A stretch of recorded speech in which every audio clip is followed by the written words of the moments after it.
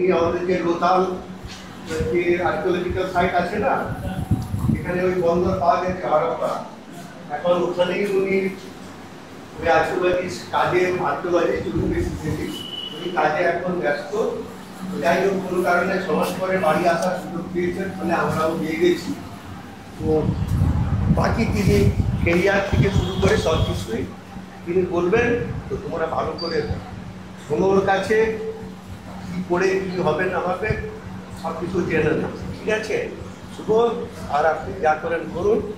আমরা এখন তাহলে কোথাও বসি, শুনে যাই, তারপরে ঠিক ঠিক। শুভদা এই বেঞ্চের কথা এখন আগে সার্ভে অফ ইন্ডিয়াতে আছেন, কলকাতা মানে ছিল আমাদের 1 বছর, আপনি আমাদের 1 বছর 2 বছর সিনিয়র, 2 বছর সিনিয়র, ঠিক আছে? তোমাদের সাথে আমার সেই 2005 সাল থেকে 2002 সাল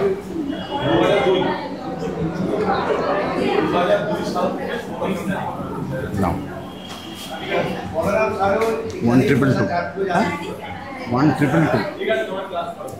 ক্লাস কর। শুভদা আসলে হ্যাঁ ওকে ঠিক আছে।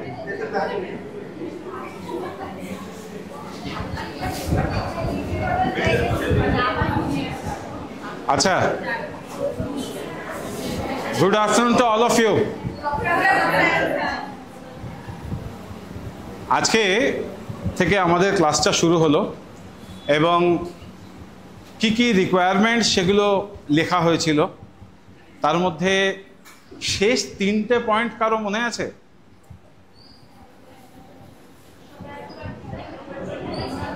একদম।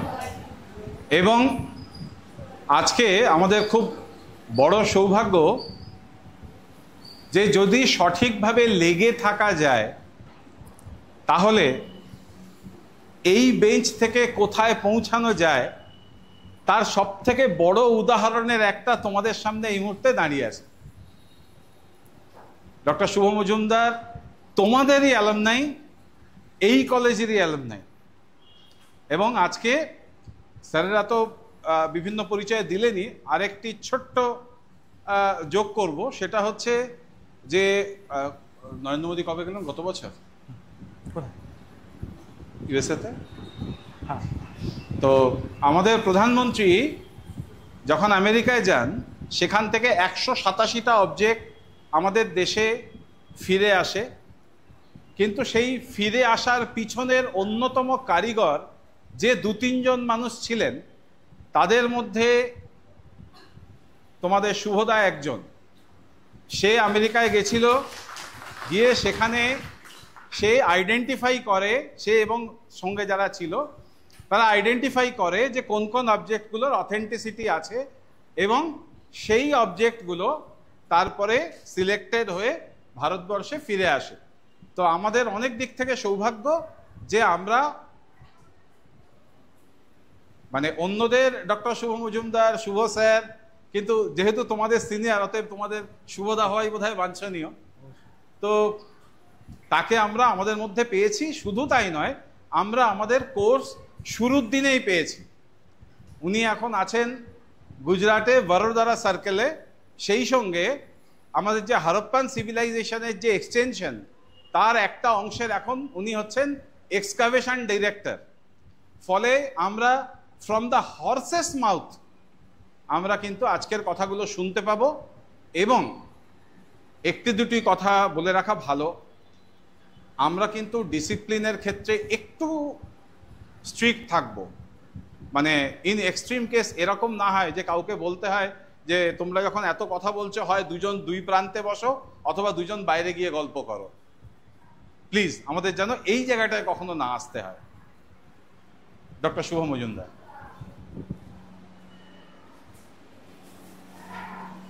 থ্যাংক ইউ গৌতমদা। অ্যান্ড খুব ভালো লাগছে আজকে এখানে তোমাদের সামনে দাঁড়াতে পেরে, কারণ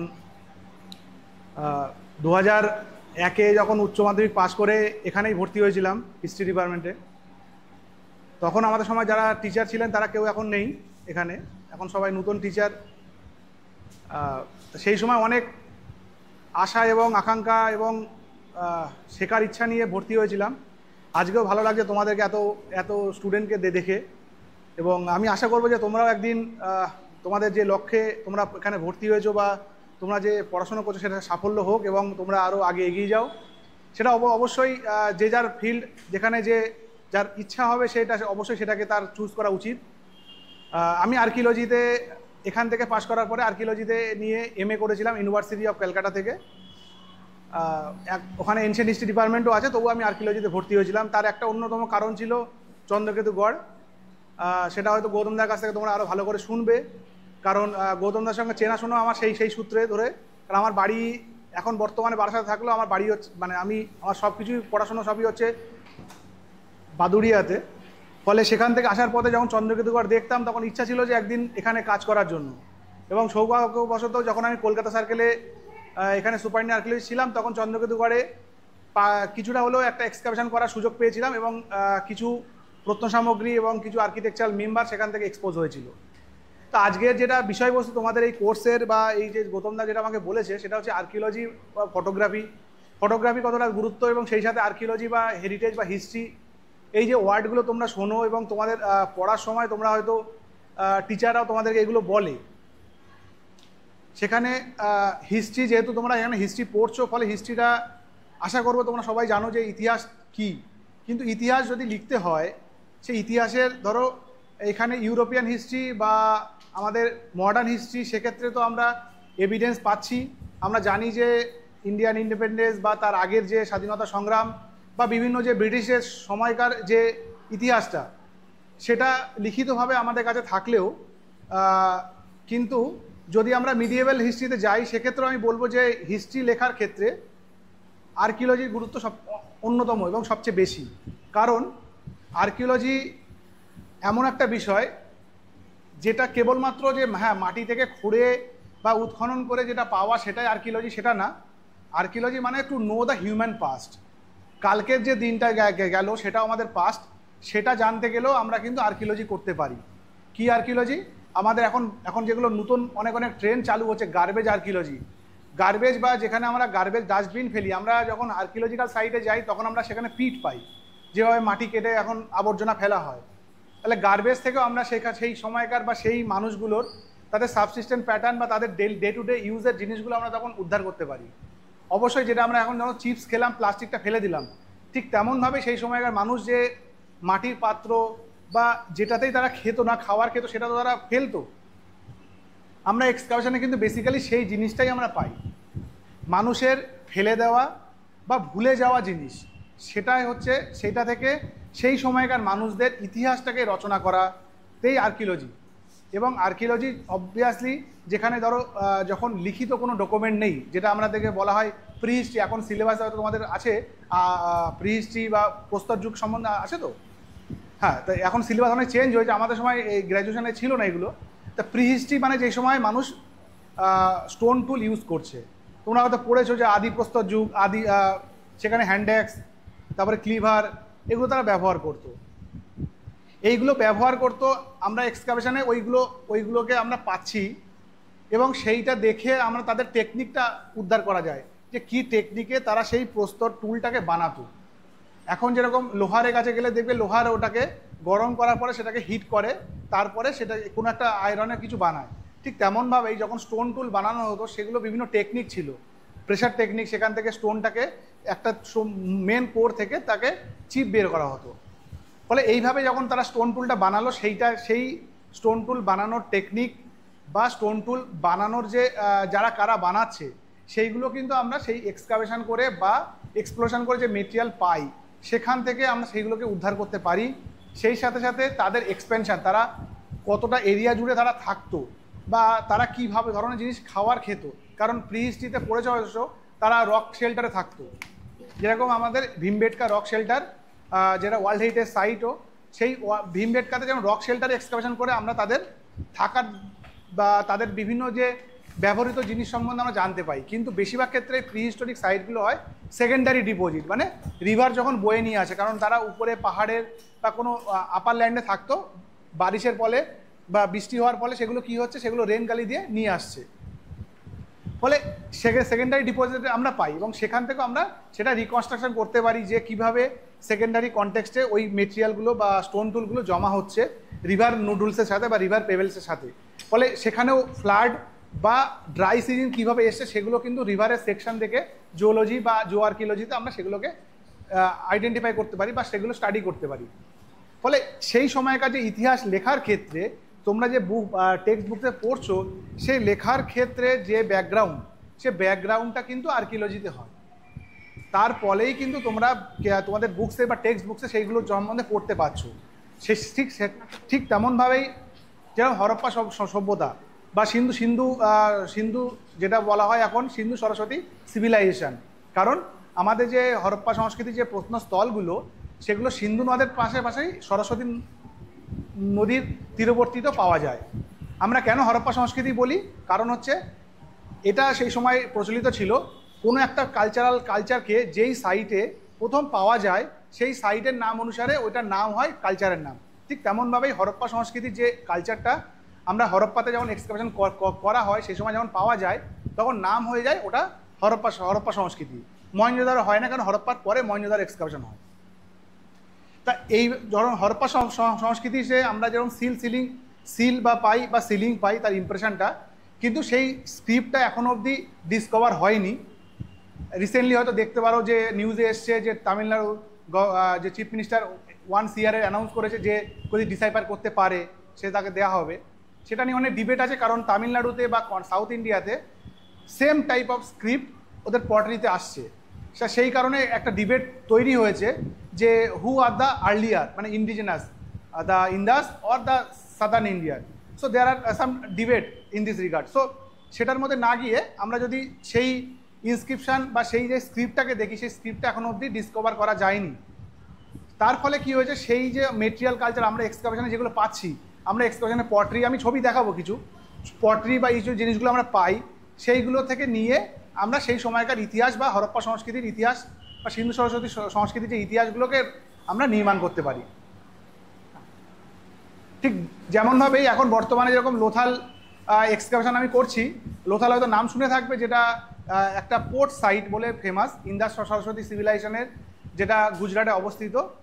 এটা আহমেদাবাদের কাছে, এটা একটা পোর্ট সিটি। মানে হরপ্পা সংস্কৃতি বিভিন্ন ধরনের প্রত্নস্থল বা যেগুলো আমরা পাই, যেমন ধোলাবিরা অন্যতম গুরুত্বপূর্ণ বৃহত্তম একটা সাইট, রাখিগাড়ি। ঠিক তেমনভাবেই লোথাল গুরুত্বপূর্ণ, কারণ হচ্ছে তার বন্দর নগর হিসাবে। মানে লোথালের মধ্যে আমরা একটা ডকইয়ার্ড পাওয়া গেছিলো। লোথালে এক্সকাভেশন আগেই হয়েছে 1955 থেকে 1962 অবধি SR রাও স্যার করেছেন এক্সকাভেশন, কিন্তু কিছু জিনিস নতুন করে স্টাডি করার জন্যে আবার নতুন করে আমি এক্সকাভেশন ওখানে করছি, যেগুলো কাজ হচ্ছে এখন অবধি। এবার সেই ইন্দাস মানে এই প্রোটো হিস্ট্রিতে বা ইন্দাস সরস্বতী সিভিলাইজেশনের পরবর্তীকালে সেই সময় কিন্তু আরও অনেক ছোট ছোট জায়গাতে সংস্কৃতি বা কালচারাল অ্যাক্টিভিটি চলছিল, সেগুলোকে আমরা চালকোলিথিক বা তাম্রশীয় সংস্কৃতি বলা হয়। তোমাদের টেক্সট বইয়ে থাকবে চালকোলিথিক কালচার। হরপ্পাও কিন্তু চালকোলিথিক কালচার, কিন্তু হরপ্পা যেহেতু তার নিজের ট্রেডিশন বা নিজের আইডেন্টিটি রেখেছিল তার সমস্ত অবজেক্টের মধ্যে, সেটা তার রোড ডাইরেকশন থেকে ফর্টিফিকেশন সব কিছুতে, সেই জন্য আমরা বলা হয় দুটোভাবে ভাগ করা হয় চালকোলিথিককে। একটা হচ্ছে হরপ্পান চালকোলিথিক, মানে যেটা হরপ্পান সংস্কৃতি, আর একটা হচ্ছে আউটসাইড হরপ্পান অরবিট, মানে হরপ্পান ছাড়া যেগুলো। সেই সময়কার যদি আমরা মনে করা যায় বেঙ্গলে যেরকম সেই সময় পান্ডুরিয়া ঢিবি বা মঙ্গলকোট এই ধরনের প্রত্নস্থল ছিল, ঠিক তেমনভাবেই বাইরের দিকে বা নর্থ ইন্ডিয়াতে বা সাউথ ইন্ডিয়াতে বিভিন্ন এই ধরনের আরও প্রত্নস্থল, আহার, বালাথাল, গিলুন, এই সাইটগুলো তখন সার্ভাইভ করছিল। এগুলো কন্টেম্পোরারি টু দ্য হরপ্পান সংস্কৃতি।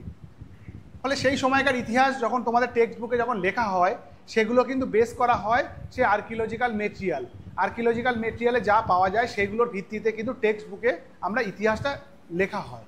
ফলে এই ইতিহাস লিখতে লিখতে আপ টু মিডিয়েভেলে যদি বলি, কেন মিডিয়েভেলে এই জন্য বলছি যে মিডিয়েভেল হয়তো তোমরা যে কনফ্লিক্ট বা কে তাজমহল বানিয়েছিল বা শাহজাহানের পলিসি বা ঔরঙ্গজেবের পলিসি এইগুলো হয়তো পড়ো, কিন্তু যদি আমি জিজ্ঞেস করা যায় যে সেই সময়কার তাদের কি জিনিসে তারা খাবার খেত, কীভাবে বলবে?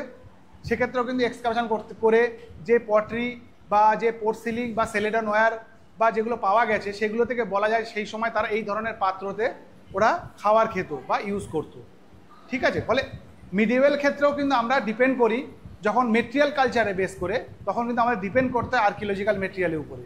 ঠিক তেমনভাবে ব্রিটিশ পিরিয়ডে আমি দমদম বলে দমদমে একটা ক্লাইভ হাউস বলে একটা সাইট আছে, আমি দমদমে ক্লাইভ হাউসে আমি এক্সকাভেশন করেছিলাম নিয়ার টু দ্য এয়ারপোর্ট, এবং সেটা কলকাতার মধ্যে অবস্থিত। এবং ক্লাইভ হাউসে যখন এক্সকাভেশন করি তখন আপার লেভেলে ব্রিটিশ পিরিয়ডের আমরা মেটেরিয়াল কয়েন থেকে শুরু করে পোর্ট সিলিং বা এই ধরনের জিনিস পাই। এখনও দেখুন চা খাও না যে পোর্ট সিলিং, সেইগুলো কিন্তু যেটা চাইনিজ ওয়্যার বলা হয় পোর্ট সিলিং, এবং সেটা ব্রিটিশ টাইমে আমাদের ইন্ডিয়াতে আসে এবং সেটা তার একটা ওয়াইডলি ডিস্ট্রিবিউশন হয়, এবং তার পিছনে বিভিন্ন ধরনের যারা বানাতো তাদের নামও পাওয়া যায়। ফলে সেই সমস্ত বিষয়গুলোকে যদি আমরা স্টাডি করতে হয় তাহলে কিন্তু আমাদের আর্কিওলজিক্যাল মেটেরিয়াল কালচারের উপরে ডিপেন্ড করতে হয়। ফলে এইভাবে আর্কিওলজি আমাদের প্রত্যেক দিনের জন্য আমাদের কিন্তু হিস্ট্রি বা to reconstruction the history, archaeology is the prime মানে মেটেরিয়াল। মানে without archaeology history can not survive or can not create. মানে হিস্ট্রি যদি তোমাকে লিখতে হয় সেক্ষেত্রে বেস করতে হবে কিন্তু আর্কিওলজি, কারণ মেটেরিয়াল কালচার না বেস করলে হিস্ট্রি তুমি থিওরি বলতে পারো, কিন্তু থিওরিটাকে প্রুভ করতে গেলে মেটেরিয়াল কালচার আসতে হবে, ঠিক আছে? ফলে যেমন একটা ডিবেটের মধ্যে জাস্ট আমি বলছি, যেমন জ্ঞানবাবী নাম শুনেছ হয়তো, যেখানে কিছুদিন আগে যেখানে উৎখনন বা যেখানে সায়েন্টিফিক কাজ করেছিল এএসআই, সেই জ্ঞানবাপীতেও কিন্তু এই জন্যে করা হয়েছিল কারণ লিখিত এভিডেন্স আছে, কিছু ইন্ডিকেশান আছে যে সেখানে ড্যামেজ করা হয়েছিল, কিন্তু সেটাকে প্রুভ করতে গেলে আমাদের কিন্তু সেই আর্কিওলজি, সেই অনারেবল কোর্টও কিন্তু ডাইরেকশন দিয়েছিল আর্কিওলজি সার্ভে অফ ইন্ডিয়াকে টু স্টাডি দ্য সাইট। ঠিক তেমনভাবে যেরকম বাবরি মসজিদ বা যেটা রাম মন্দির, যেটা নিয়ে এখন এত বড় ডিবেট আছে, সেটাও কিন্তু বেস করা হয়েছিল আর্কিওলজিকে। ফলে আর্কিওলজিকে এক্সেপ্ট আর্কিওলজি এইভাবে হিস্ট্রি বা এই ধরনের মানে যেটা ইস্যুসগুলোকে রিজলভ করতে গেলে আর্কিওলজিকে আমাদের ডিপেন্ড করতে হয়। এটা জাস্ট যেটা আমি বললাম সেটাই আমি জাস্ট লেখা আছে এখানে। এই যে ছবিটা দেখতে পাচ্ছ এটা ফেমাস চ্যারিয়ট বা বুলক কার্ট যেটাই বলো না কেন, সেটা সানোলি থেকে পাওয়া, সানোলি এক্সকাভেশনে হয়েছিল এবং সেখানে থেকে চ্যারিয়ট পাওয়া গেছিলো, যেটা তোমরা ফেসবুক বা সোশ্যাল মিডিয়াতে দেখেছো হয়তো। এটা হরপ্পান সংস্কৃতির পরবর্তী পর্যায়ের একটা মেটেরিয়াল। ফলে আমি কেন এটা দেখাচ্ছি, দেখো আর্কিওলজির সাথে ফটোগ্রাফি, মানে আমি এটাকে সাইটের মধ্যে তো রেখে আসতে পারবো না, এটাকে আমাকে ট্রেঞ্চ লেআউট করে আমাদেরকে এক্সকাভেশন করতে, আমি সেটাও দেখাবো তোমাদেরকে। ট্রেঞ্চ লেআউট করে আমরা এক্সকাভেশন করা হয়েছে, এক্সকাভেশন করার পরে আমি এটা এক্সপোজ করা হয়েছে পেয়েছি। এবার আমি যদি এই ছবিটা না তুলি তাহলে আমি যখন আমার রিপোর্ট লিখবো, আমি যদি বলি ওখান থেকে চ্যারিয়ট পাওয়া গেছে, সেটা তোমরা বা পাবলিক সেটাকে অ্যাকসেপ্ট করবে না, বলবে যে এটা আপনি অন্য জায়গাতে নিয়ে এসে রেখেছেন। ফলে আমাকে ইনসিটুভাবে ফটো তুলতে হয়, এবং ডিউরিং যখন এক্সকাভেশন করে এক্সপোজ হচ্ছে তখন আমাদের একটা বিভিন্ন স্টেজে ফটো তোলা হয় যে এইভাবে পাওয়া যাচ্ছে। তারপরে এটাকে আমরা ওখান থেকে লিফট করে এখন এটা মিউজিয়ামে রাখা আছে। ফলে সাইটটা আমাদের এইটা মাটিটা ফিল আপ করে দেওয়া হয়েছে এবং এটাকে নিয়ে আমরা মিউজিয়ামে, কারণ one of the earliest chariot in India, যেটা আমাদের দাইমাবাদ থেকে পাওয়া গেছিলো, যেটা মডেল দাইমাবাদ হরপ্পান সংস্কৃতি, যেটা সাদার্ন এক্সটেনশন লাস্ট সাইট যেটা দাইমাবাদ বলা হয়, সেই হরপ্পা সেইখান থেকে দাইমাবাদ থেকে একটা মেটালের কপারের চ্যারিয়ট পাওয়া গেছিলো। দেখবে একটা বুল টানছে, একটা লোক দাঁড়িয়ে আছে, ঠিক তেমনই চ্যারিয়ট কিন্তু আমরা এক্সকাভেশনে পেয়েছি। ওটা ছোটো টয় ছিল, এটা একটা ফুল ফেজের একটা চ্যারিয়ট। ফলে সেই ক্ষেত্রে ফটোগ্রাফিটা কতটা গুরুত্বপূর্ণ আর্কিওলজির ক্ষেত্রে, কারণ যখন আমি একটা জিনিসকে প্রুভ করতে যাব বা একটা জিনিসকে আমি যখন লিখতে যাব, আমার ফটোগ্রাফিক এভিডেন্স আমার খুব দরকার হবে, কারণ উইদাউট ফটোগ্রাফি আমি সেটাকে এস্টাবলিশ করতে পারবো না যে this object we have found during our excavation or not. Next then heritage, কারণ এই কথাটা তোমরা সচরাচর শুনে থাকবে, দেখবে এখানে লেখা রয়েছে, আমি এটা সম্বন্ধে তোমরা এখান থেকে দেখে নিতে পারো বা ছবি তুলে যেটা করে নিতে পারো, বা আমি তোমাদেরকে দিয়েও দেবো, পিপিটিটা আমি দাদাকে দিয়ে দেবো, তোমাদেরকে দিয়ে দেবে। হেরিটেজ নিয়ে তোমরা অনেক কথা শুনে থাকবে, যে সবাই এখন যেরকম কিছুদিন আগে যে চলে গেল ওয়ার্ল্ড হেরিটেজ ডে, বা আমাদের আসে ওয়ার্ল্ড হেরিটেজ উইক বা ওয়ার্ল্ড হেরিটেজ সাইট বা হেরিটেজ, এখন একটা common term tourism and heritage management, এখন একটা মডার্ন কোর্স, এটা সবাই বেশি এমফাসাইজ দিচ্ছে যে হেরিটেজ ম্যানেজমেন্ট। তা হেরিটেজটা কোনটা? এই যে বিল্ডিংটা, এই যে Barasat government college, this is also a heritage. So মানে হেরিটেজ ইজ এভরিথিং, সেটা ট্যাঞ্জিবল হতে পারে বা ইনট্যাঞ্জিবল হতে পারে। ট্যাঞ্জিবল মিনস যেটাকে তুমি দেখতে পাচ্ছ, টাচ করতে পারছো, আর যেটা টাচ করতে পারছো না, যেটা tradition, this are called the intangible heritage. Tradition means like we can call as a Robindra Sangeet, also one of the heritage, because this is a tradition and তুমি গানটাকে তুমি শুনতে পাচ্ছ, দেখতে পাচ্ছ না। সো বাট এটা জেনারেশন বাই জেনারেশন কন্টিনিউ হচ্ছে। লাইক বিভিন্ন ধরনের যে আমাদের আমরা রিচুয়াল করি, সেই রিচুয়ালগুলো, বাট যদি আমরা বলি যে বিভিন্ন ধরনের যে ড্যান্সগুলো, ফোক ড্যান্স, ছৌ ড্যান্স, এগুলো সবই কিন্তু আমাদের ট্র্যাডিশান। সেই ট্র্যাডিশানটাকে আমরাকে কন্টিনিউ করে বলে ট্যাঞ্জিবল এবং ইনট্যাঞ্জিবল, এই দুটো নেক্সট করে দাদা। এই দুটো হেরিটেজকে আমাদের মনে রাখতে হবে, একটা ট্যাঞ্জিবল হেরিটেজ, একটা ইনট্যাঞ্জিবল হেরিটেজ। এবং ট্যাঞ্জিবল হেরিটেজের মধ্যে কী কী, যেরকম ফিজিক্যাল আর্টিফ্যাক্ট আর ইনট্যাঞ্জিবল যে অ্যাট্রিবিউট। এবং এর ট্যাঞ্জিবলের মধ্যে monument, group of building, site. এটা কিসের ভিত্তিতে না ইউনেস্কো। ইউনেস্কো মানে হচ্ছে United Nation of Education and Science and Culture Organisation, যেটা ইউনেস্কো বলা হয়। এই ইউনেস্কো প্রত্যেক বছর, এই বছর যেরকম প্যারিসে ওদের হেডকোয়ার্টার, প্রত্যেক বছর একটা কমিটি মিটিং হয়। সেই মিটিংয়ে কোন দেশের কোন সাইটটা ওয়ার্ল্ড হেরিটেজ ডিক্লেয়ার হবে সেটা সেই সময় ডিসিশন হয়।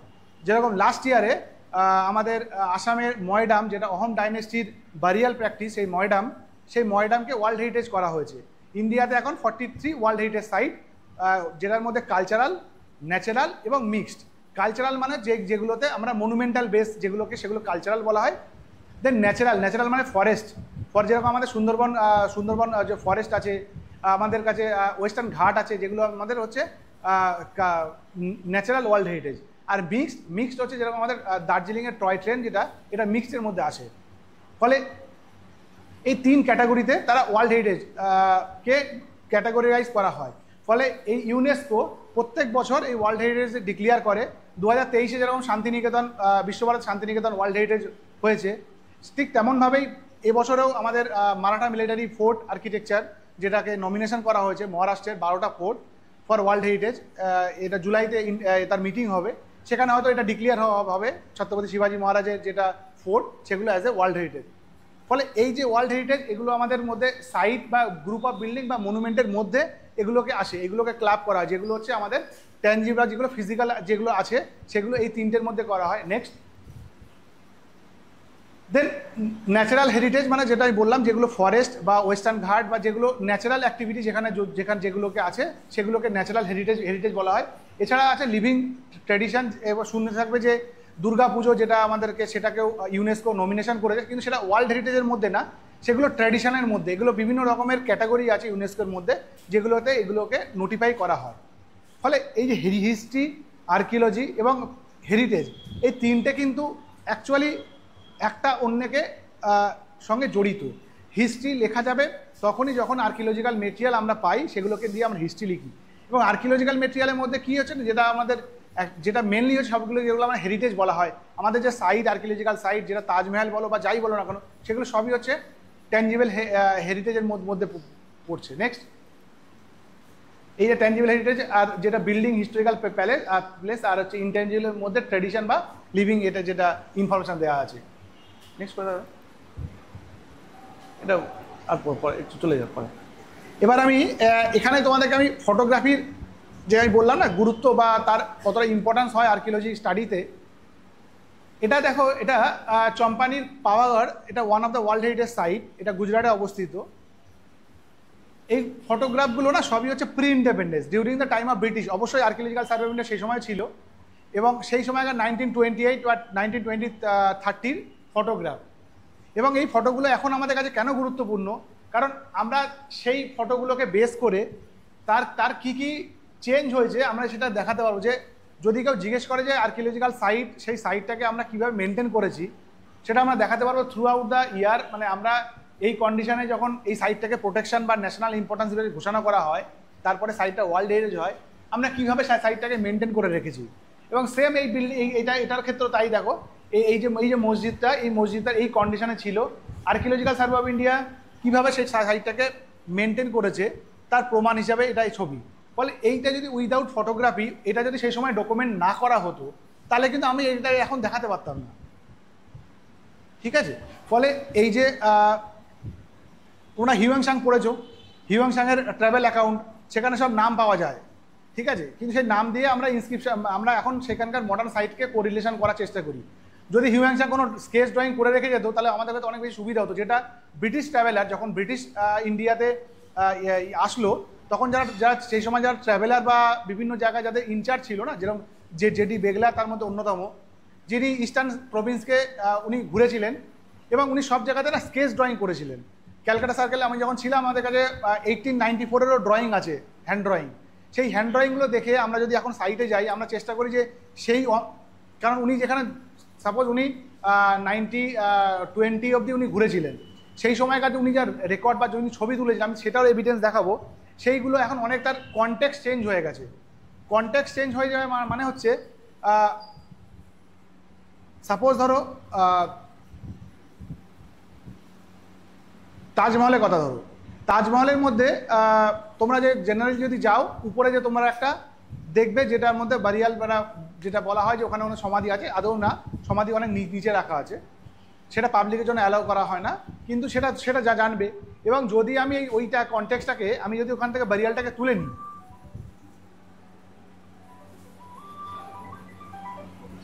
হ্যালো यस हाँ बोलो हाँ हाँ हाँ हाँ वो मंदिर के वहाँ पे, और उस दिन बोला था आज आने से थोड़ी होगा। और वो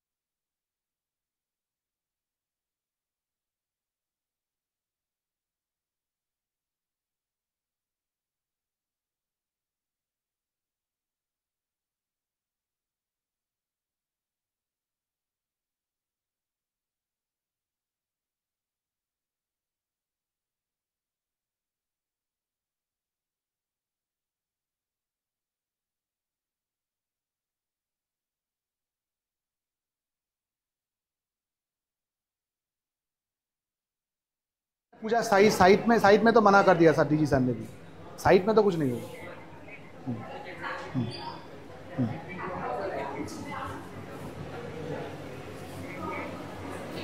नहीं वहाँ पे नहीं, जो मंदिर है ना मंदिर के सामने वो भी तो part of the ancient site ना। एक बार हाँ हाँ हाँ बाउंड्री के बाउंड्री में कोने में ना, हाँ हाँ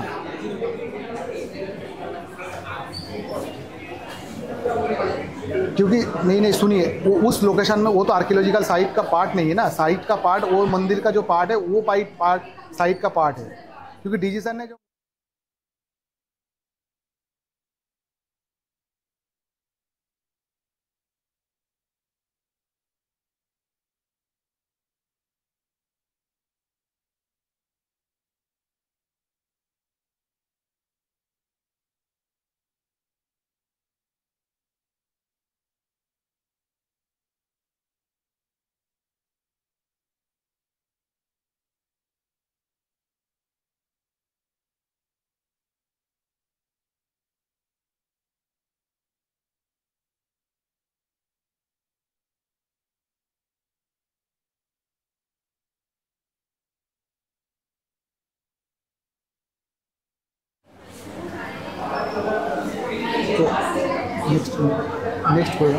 নেক্সট করে হ্যাঁ এটাও আরেকটা যে আমি বলছিলাম না, এটাও দেখো, এটা একটা আছে লোকুলিস টেম্পল। এই টেম্পলের এই অবস্থা ছিল, এটাও 1930 এবং পরবর্তীকালে এখন এই মডার্নে এখন এই অবস্থা এই কন্ডিশনে আছে। ফলে এই মনুমেন্টের যেরকম কনজারভেশন বা মনুমেন্টে যেরকম আমরা কনজারভেশন কাজ করা হয়, যে রিপেয়ারে কাজ করা হয়, সে রিপেয়ারে কাজ করার পরে এইটা হচ্ছে তার প্রেজেন্ট ভিউ। ফলে এই ফটোটা না থাকলে আমরা এই ফটোটা দেখাতে পারতাম না যে how archaeological survey of India doing their conservation আর preservation in the site. Next করুন। এটা সান টেম্পল মডেরা। আমাদের ইন্ডিয়াতে বেশ কিছু সান টেম্পল আছে, সবাই কোনারকে সান টেম্পল সম্বন্ধে জানো হয়তো, কিন্তু আমাদের সান টেম্পল মডেরা, গুজরাটের মডেরাতেও এক সান টেম্পল আছে। এছাড়া মার্তান্ড যে টেম্পল যেটা কাশ্মীরে আছে, তো এটা সান টেম্পল। এই সান টেম্পলে তুমি দেখো এই কন্ডিশন এখানে দেখো নেই, এবং আমরা এখানে এটাকে রিপেয়ার করে কনজারভেশন করে এখন বর্তমানে এই কন্ডিশন। ফলে এটা দেখানো যেতে পারে যে দেখানোর জন্য ফটোগ্রাফি ডকুমেন্টেশন দরকার, এবং এই ফটোটাও দরকার এই কারণে আজ থেকে আরও 50 বছর পরে লোকে দেখতে পারবে যে তখন তারা এইটাকে রিপেয়ার করেছিল। ফলে আমাদের কাছে এইটা এবং আরও 8 থেকে 50 ইয়ার্স পরে যদি আমাদের কোনো ড্যামেজ হয় বা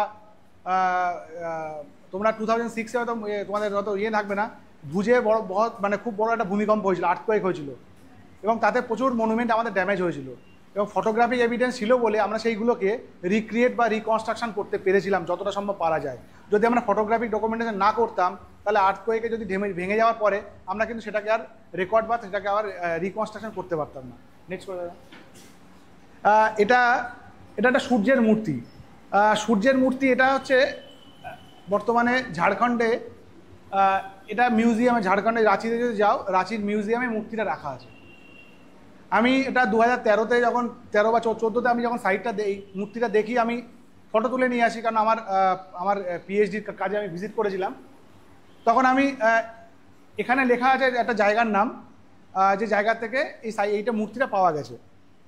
এখানে দেখার পরে আমি সেই জায়গাতেও যাই, আমি গিয়ে দেখি সেখানে একটা মডার্ন ভিলেজ, মানে সেখানে তো এই মূর্তিটা থাকার কথা না, তাহলে এটা আসলো কোথা থেকে?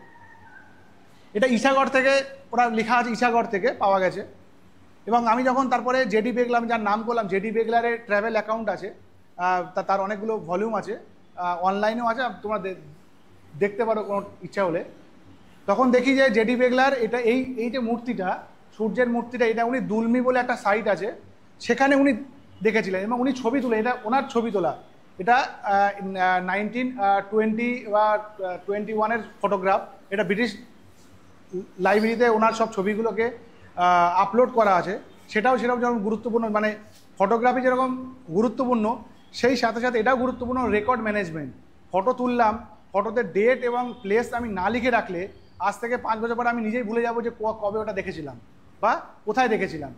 ফলে ব্রিটিশ লাইব্রেরি আর্কাইভসে না এই ফটোটা আছে, এটা জেডি বেগলারে ফটো তুলেছিলেন এবং দুলমি থেকে, ওখানে পরিষ্কার লেখা আছে দুলমি থেকে উনি ছবি তুলেছিলেন, কবে, সব লেখা আছে। তারপরে আমি এটা বুঝলাম যে ওরা যখন ঈশাগড় থেকে, এবং আমি আরও 2-3টে ফটো দেখাচ্ছি। নেক্সট ফটো দাও। এটা দেখো, এটা সেম মূর্তি, দেখো এটা গণেশের মূর্তি, এর গণেশের পা, গণেশের বডি, এবং একটি লোক বসে আছে একটি গাছতলায়। বর্তমানে দেখো পাটা এক জায়গায়, বডিটা এক জায়গায় আছে।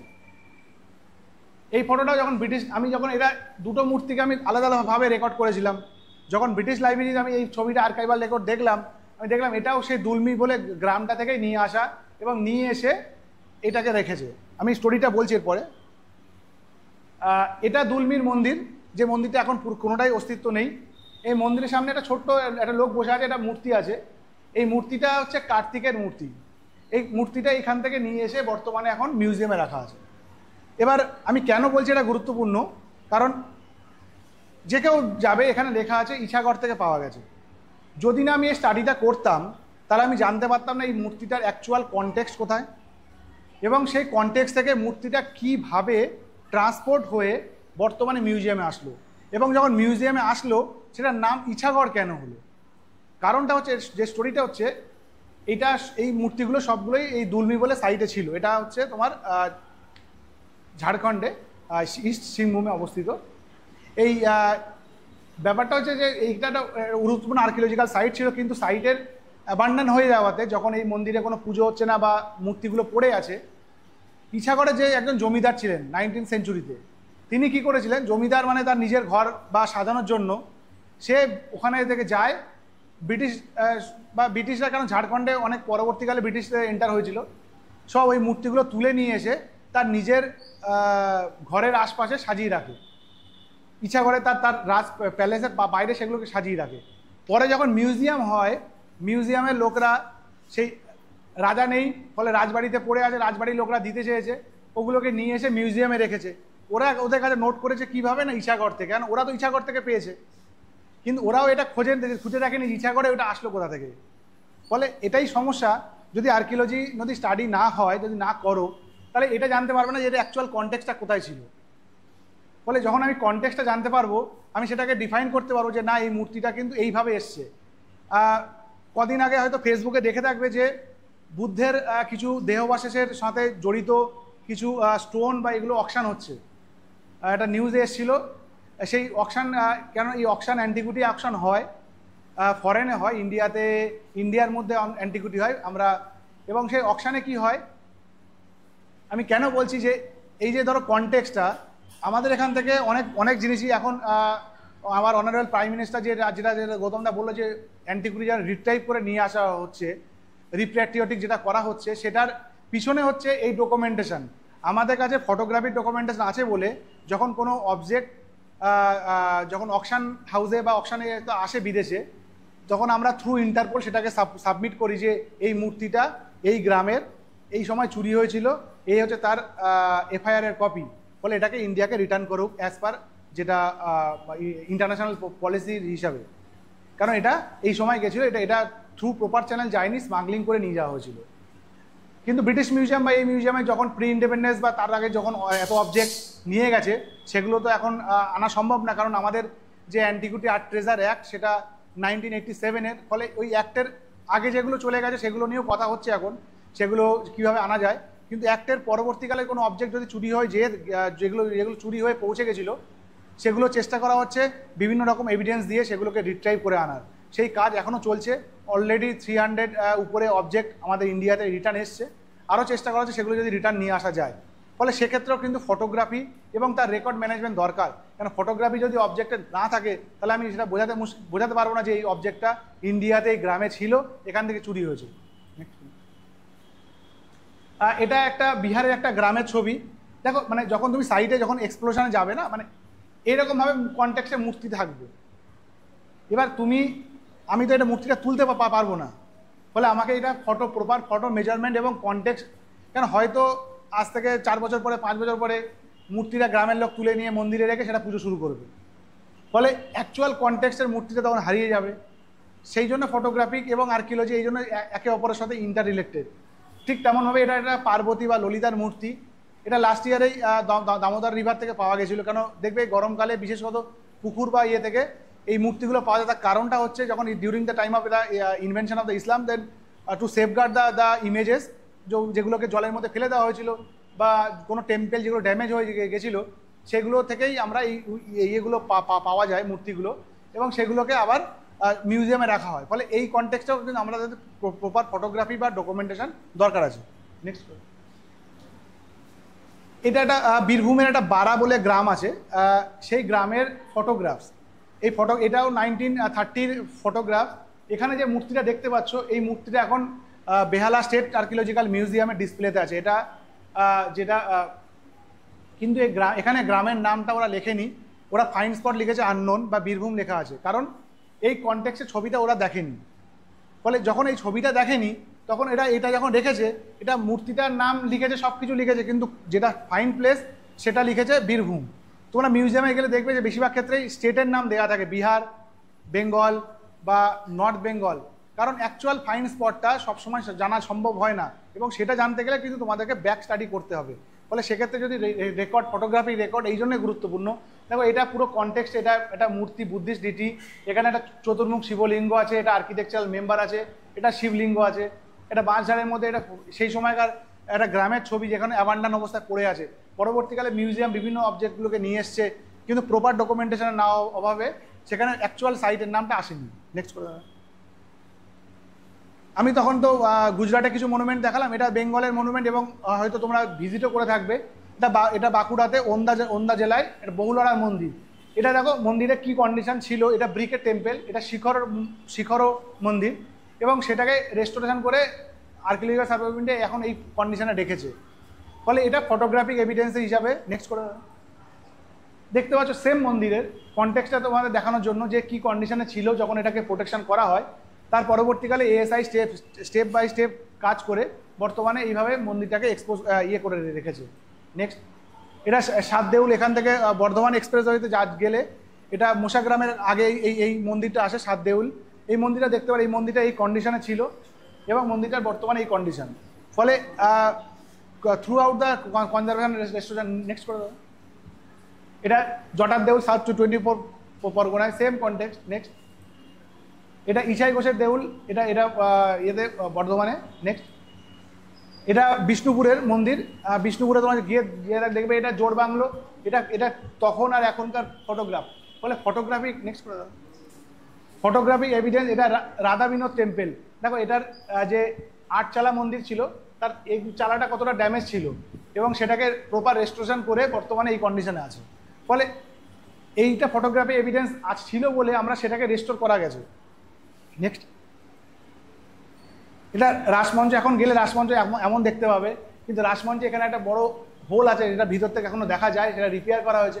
এবং এই সামনে যে চালাগুলো সবগুলোকে এগুলো রিপেয়ার করে, এটা ব্রিটিশার্সদের ফটোগ্রাফ, সেগুলোকে দেখা হয়েছে। এটা শ্যামরাই, এত ফেমাস টেম্পল এই কন্ডিশনে ছিল। এখানে একটা চূড়া ছিল না, যে চূড়াকে রিক্রিয়েট বা রেস্টোরেশন করে বানানো হয়েছে, এটার সেম মেজারমেন্ট নিয়ে। নেক্সট, এই যে দলমাদল কামান দেখে থাকবে, যেটা ছিন্নমস্তার কালী মন্দিরের পাশে আছে বিষ্ণুপুরেই, সেই কামানটা কিন্তু এইভাবে পড়েছিল।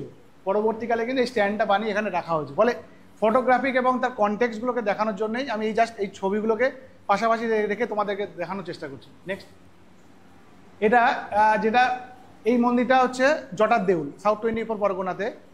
এবার কেন আর্কিওলজিতে ফটোগ্রাফি আরও একটা গুরুত্বপূর্ণ, দেখো এই সামনেই যেটা বের করা হয়েছে না, এটা আগে মাটিতে ঢাকা ছিল। এটা আর্কিওলজিক্যাল, এই দেখছো এখানে অবধি আছে, এখানে এক্সকাভেশন, এটা পুরো ঢাকা এক্সকাভেশন করা হয়েছে। করা হওয়ার পরে আমরা এইটা পেয়েছি, এটা পেয়েছি, এই দুটোকে এক্সপোজ রেখেছি। কিন্তু দেখো ব্রিক লাইনটা অনেক নিচে অবধি যাচ্ছে, ফলে আমি সব মাটিটা তো কেটে উঠিয়ে ফেলতে পারবো না, তাহলে বর্ষাকালে যেমন বৃষ্টির জল জমবে। ফলে আমাকে কী করতে, আমাকে কিছু লেভেল অবধি সেটাকে ভরতে হবে। ফলে আমি যদি এটা ভরে দিই, এই নিচেটা থাকলো, কিন্তু সেটাকে আমি ভরার আগে প্রপার রেকর্ড বা ডকুমেন্টেশন করে তার ড্রয়িং করে আমি সেটাকে রাখবো, কারণ আমি সেটাকে রিপোর্টে প্রোভাইড করতে হবে। ফলে সেই কারণে আমার ফটোগ্রাফিক বা কনটেক্সটটাকে জানা বা ফটোগ্রাফি তোলা খুব গুরুত্বপূর্ণ হচ্ছে এটাকে যদি আন্ডারস্ট্যান্ডিং করা হয়, ফলে এই জন্য এটা গুরুত্বপূর্ণ। নেক্সট, এটা হচ্ছে বেঙ্গলে দেখালাম, এটা মুম্বাইতে, মহারাষ্ট্রে। এটা ছত্রপতি শিবাজী মহারাজের যেটা ফোর্ট ছিল, রায়গড় ফোর্ট। এই রায়গড় ফোর্টে বিভিন্ন যে অংশগুলো আছে না, সেগুলো এক্সকাভেশন আমরা করেছিলাম। এটা 2024 এক্সকাভেশন। এই যে দেখছো, এটা হচ্ছে ওনার একটা, এগুলোকে বলা হয় বিভিন্ন যে সেনাদের থাকার একটা আবাস, ঠিক আছে। তা এটা স্ট্রাকচার, এই একটা স্ট্রাকচার যেটা রেক্ট্যাঙ্গুলার স্ট্রাকচার, এটা এই অবস্থায় ছিল। এবার দেখো ফটোগ্রাফি, অবশ্যই সেটা দাদা আরও ভালো করে বোঝাবে। ফটোগ্রাফি যেরকম এখন স্টিল ক্যামেরার সাথে সাথে ড্রোন ক্যামেরাও আমরা ইউজ করি। কারণ হচ্ছে এই যে ছবিটা, এটা হিলের উপরে, আমি নর্মাল ক্যামেরাতে আমার এই রেঞ্জ বা এই জিনিসটা তোমাদেরকে আমরা বোঝানোর আমার পক্ষে সম্ভব হতো না। এটাকে আমি ড্রোন ফটো ইউজ করেছি এবং ড্রোন দিয়ে আমি কী হয়েছে, এই স্ট্রাকচারটাকে পুরোটাকে কভার করতে পেরেছি। প্লাস আমি যখন এক্সকাভেশন করছি, এখানে দেখো ডিউরিং কনজারভেশন ফটোগ্রাফ, এটা ডিউরিং এক্সকাভেশন, এই যে লেআউট করে আমাদের এক্সকাভেশন করা হয়, এই যে ট্রেঞ্চ করে 10 বাই 10 মিটারের, এবং এটা দেখো অর্ধেকটা হয়েছে, এটা যখন পুরোটা হয়ে গেছে, দেখতে পাচ্ছ সবাই। ফলে এই যে স্টেজ বাই স্টেজ আমি ফটোগ্রাফি করে রেখে, এবং তার কনজারভেশন চলছে, এপাশ থেকে এগুলো কনজারভেশন চলছে, এইখানটা এটা হয়ে গেছে, প্লাস আমার এক্সকাভেশনটা হয়ে গেছে। ফলে এইভাবে আমাদেরকে সবই এখান থেকে আমরা ড্রোন ইউজ করা হচ্ছে, কারণ এক্ষেত্রে যে নর্মাল ফটোগ্রাফিতে আমাদের পুরো এরিয়াটাকে কভার করা যাবে না, সেই কারণে আমরা ড্রোন ইউজ করা হয়েছে। নেক্সট, এটা একটা হরপ্পান সাইট, এটা Binjor 4 MSR Binjor, near to the border, Shri Ganganagar district, রাজস্থানে।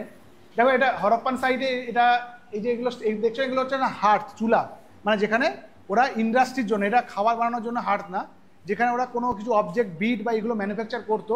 ফলে এইগুলোকে আমাদেরকে এক্সকাভেশনে আমাদেরকে এক্সপোজ করা হয়েছে, এবং এইগুলো প্রপার রেকর্ড, প্রপার ড্রয়িং করে আবার কিন্তু আমরা এগুলো ভরে দিয়েছি। অবভিয়াসলি প্লাস্টিক দিয়ে ভরা হয়েছে, কিন্তু এগুলো ভরে মানে এগুলো কভার করার আগে আমাকে পুরো জিনিসটার রেকর্ড বা ফটোগ্রাফি ডকুমেন্টেশন করা হয়েছে, তার ড্রয়িং করা হয়েছে, তারপরে আমি সেটা কিন্তু রিপোর্ট লিখবো। নেক্সট, এগুলো এবার হচ্ছে যেমন ড্রোন ফটো দেখলে, এগুলো দেখো ছোট ছোট যখন অবজেক্ট আসছে, সেই অবজেক্টের ফটোগ্রাফি, তার ব্যাকগ্রাউন্ড কীভাবে, তাকে স্কেল রেখে সেই অবজেক্টগুলোকে ফটো করা হয়েছে। এবং যেমন সিঙ্গেল অবজেক্টে ফটো তোলা হয়, তেমনভাবে কপারে ধরো আমি এক মেটেরিয়ালে বা এক ধরনের ইউজের ধরো বিট পেলাম, সেটাকে একটা সাজিয়ে একটা ছোট করে ফটো তোলা হলো। সিঙ্গেল বিটেরও যেমন ছবি তোলা হয়, তেমনভাবে ঠিক সেম টাইপ আর বিটকে সাজিয়েও ফটো তোলা হয় টু ডেকোরেটেড বা থোড়া স্টাইলাইজভাবে রিপোর্টটাকে প্রেজেন্ট করার জন্য। নেক্সট, এগুলো হচ্ছে সিল। হরপ্পাতে যেটা সিল শুনেছো না, এইগুলো সিল। এটা আর্লি হরপ্পা, এটা ম্যাচুর হরপ্পা, এটা লেট ম্যাচুর হরপ্পার সিল। এই 3 ধরনের সিলই আমরা বিঞ্জোর থেকে পাওয়া গেছিল। এবং সেইগুলোকে দেখো ফটোগ্রাফি কেবলমাত্র ফ্রন্টটা না, ফ্রন্টের সাথে ব্যাকটা, কেন ব্যাকে একটা নব থাকে, সেই নবটা এবং তার 4টে সাইডের ছবি এখানে দেখানো হয়েছে। এই কারণে যে কোনো সাইডে সেটা থিক বা কোনো সাইডে থিন বা ড্যামেজ আছে কিনা সেটাকে বোঝানোর জন্য। ফলে ফটোগ্রাফি দিয়ে আমি রিপোর্ট তো ঠিক আছে আমি লিখবো, কিন্তু ফটোগ্রাফি দিয়ে আমি জিনিসটাকে তোমার সামনে বা তোমাদের সামনে তুলে ধরতে পারবো যে এটা সাইজটা কীরকম আছে, এটা কেমন দেখতে, সব দিক থেকে সেইভাবে। নেক্সট,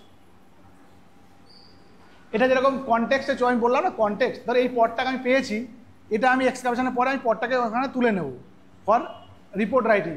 কিন্তু আমি এই পটটাকে যদি আমি এই ছবি না তুলে রাখি, তাহলে আমি যখন রিপোর্টে দেখাতে পারবো না যে এই পটটা আমি এক্সকাভেশনে পেয়েছি না পাইনি। এগুলো সবই কিন্তু মাটির তলা থেকে পাওয়া এক্সকাভেশনে ইনসিটু পট, এগুলো সবই ইনসিটু আছে, যেখানে রেখে গেছিলো ঠিক সেইভাবে পটটা পেয়েছি আমরা এবং হার্টের পাশে।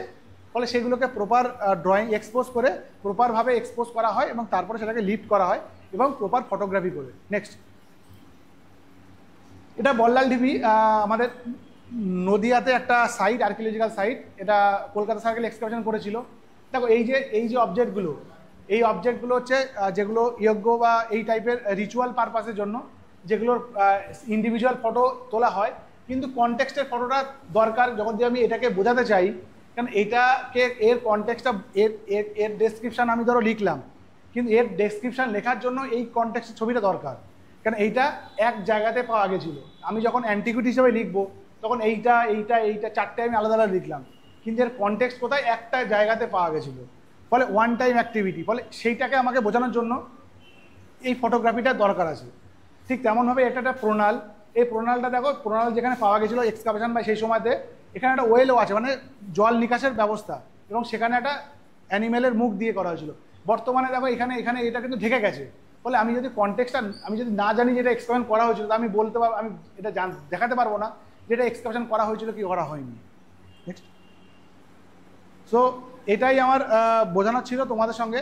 দাদা বলেছিল যে ফটোগ্রাফি এবং আর্কিওলজি এবং সাথে হেরিটেজকে নিয়ে তোমাদেরকে একটা ইন্ট্রোডাকশান দেওয়ার জন্য।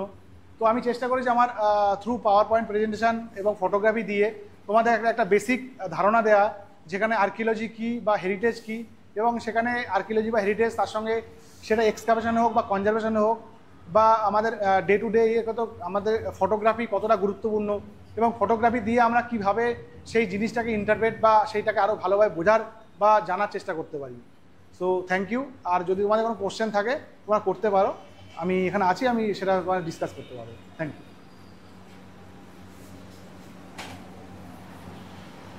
কারো কোনো প্রশ্ন? স্যার, কোনটা কিসের মূর্তি কিভাবে বলতেন? হ্যাঁ, কোনটা কিসের মূর্তি বা কি জিনিস সেটা কিভাবে বোঝা যেত? কোনটা কিসের মূর্তি সেটা বা জিনিসটা কি কাজে ব্যবহার করা হতো? আর সেটা তো কি কাজে ব্যবহার করা হতো বা জিনিসটা কি অনেক সময় তো বোঝাও যেত না এমন জিনিস। আগে যাওয়ারটা কোনটা? এটা তো পট, সেটা বুঝতে পারছো তো, মাটির পট।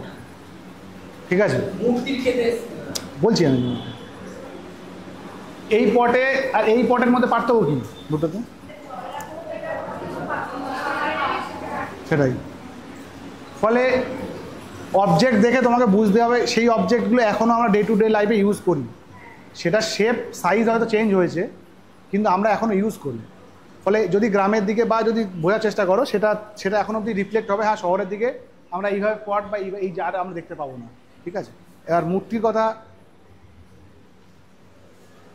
এগুলো তো টেরাকোটা অ্যানিমেল, সেটা বুঝতে পারছো তো। এগুলো টয় হিসাবে সেই সময় বাচ্চারা ব্যবহার করতো, যেগুলো আমরা আর্কিওলজিক্যাল এক্সকাভেশনে পাই।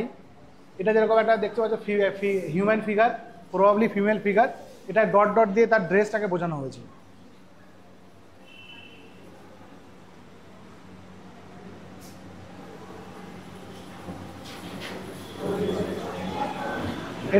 এটা বুদ্ধ, সেটা কিভাবে বুঝলাম তো, বা এটা পার্বতী। ওটা বুদ্ধ আমি তো জানতাম।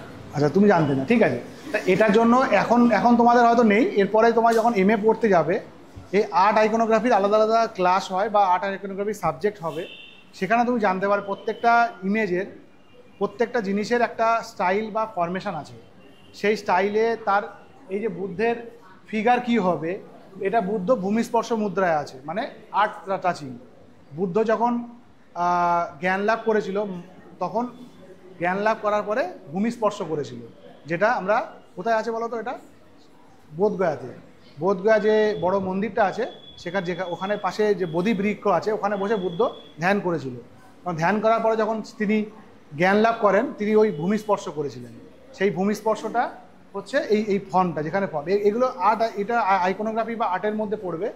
এখন তোমাদের MA-তে এটা থাকে না অতটা, কিন্তু তবুও এখানে বিভিন্ন জায়গাতে আর্ট আইকনোগ্রাফি বিভিন্ন কোর্সেস করানো হয়, সেটা করতে পারো। সেটা বা MA-তে যখন উঠবে তখন এটা আরও বেশি ভালোভাবে, যদি মানে হিস্ট্রি পড়লে তো হিস্ট্রিতে, এনশিয়েন্ট হিস্ট্রিতে থাকবে, মডার্ন বা মেডিভেল হিস্ট্রিতে থাকবে না হয়তো। ফলে এটা বিভিন্ন আর্ট ফর্ম, সেগুলো থেকে আইডেন্টিফাই করা যায়। সেটা একদিনে তো হবে না, আমাকে পড়তে পড়তে বা করতে ওটা আইডেন্টিফাই করতে পারবে। শুভ অনুমতি দিলে আমি একটা কথা একটু যোগ করতে চাই। হ্যাঁ, সেটা হচ্ছে, মানে প্রশ্ন খুব ভালো ছিল এবং তোমাদের শুভদা খুব সুন্দর করে বুঝিয়েছেন। একটু ছোট্ট তার সঙ্গে সংযোজন, তোমাদের সরস্বতী পুজো হয়, অঞ্জলি দাও, কি বলা হয়? জয় জয় দেবী চরাচর সারে, বলো, মুক্তাহারে বীণা রঞ্জিত পুস্তক হস্তে ভগবতী ভারতী। বীণা রঞ্জিত পুস্তক হস্তে, যদি কোনো মূর্তি এরকম পাও যার হাতে বীণা এক হাতে, অন্য হাতে পুস্তক, বোঝা যাচ্ছে ডেসক্রিপশন কিভাবে মিলছে? তো যেটা শুভদা বললেন, সেই একইভাবে আমাদের কিন্তু এই যে স্ক্রিপচারগুলো, আমাদের যে আগেকার যে লেখনী যেগুলো আছে, সেগুলোর মধ্যে দিয়ে কিন্তু আমরা এই আইকনোগ্রাফিক্যাল স্টাডিটা করতে পারি।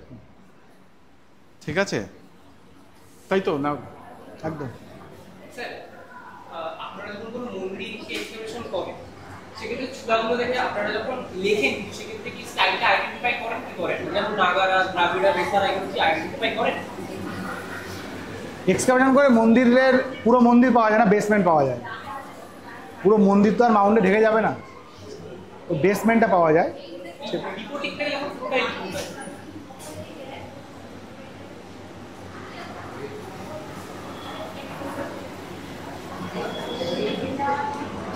আর কোনো প্রশ্ন? বলা হয় ব্যাক বেঞ্চাররা নাকি সব থেকে ট্যালেন্টেড হয়, তো ব্যাক বেঞ্চগুলোর থেকে কোনো প্রশ্ন নেই? এনিওয়ে, আর কারো কোনো প্রশ্ন আছে? আচ্ছা, তো আমি আবার একই কথাই বলবো যে আমাদের অত্যন্ত সৌভাগ্য যে একদিকে তোমরা তোমাদের সিনিয়র দাদা শুভদাকে পেয়েছো, আর একদিকে আমি আমার ভাই শুভকে পেয়েছি আজকের এই ইনগরেশনের দিনে। তো আমরা একটা খুব ছোট্ট মেমেন্টো শুভকে দেব। তো তোমাদের মধ্যেই কেউ একজনকে আহ্বান জানাবো দাদার হাতে এটা তুলে দেওয়ার জন্য। তাড়াতাড়ি।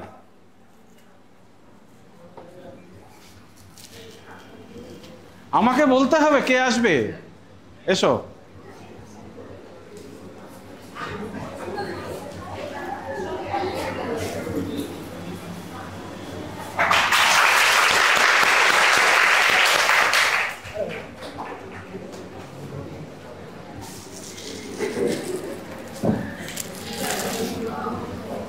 আর তুমি তো পত্রিকা বোধহয় এখনো পাওনি, আমি শিউলিকে ডাকি, একটু তাড়াতাড়ি। শিউলি, এতে আর একটা সংখ্যা নেই, ওটা আউট অফ প্রিন্ট হয়ে গেছে, বাড়িতে এক কপি আছে, তোমাকে আমি দিই। তুমি এখন আছো কয়েকদিন? ঠিক আছে। শিউলি পান্তি।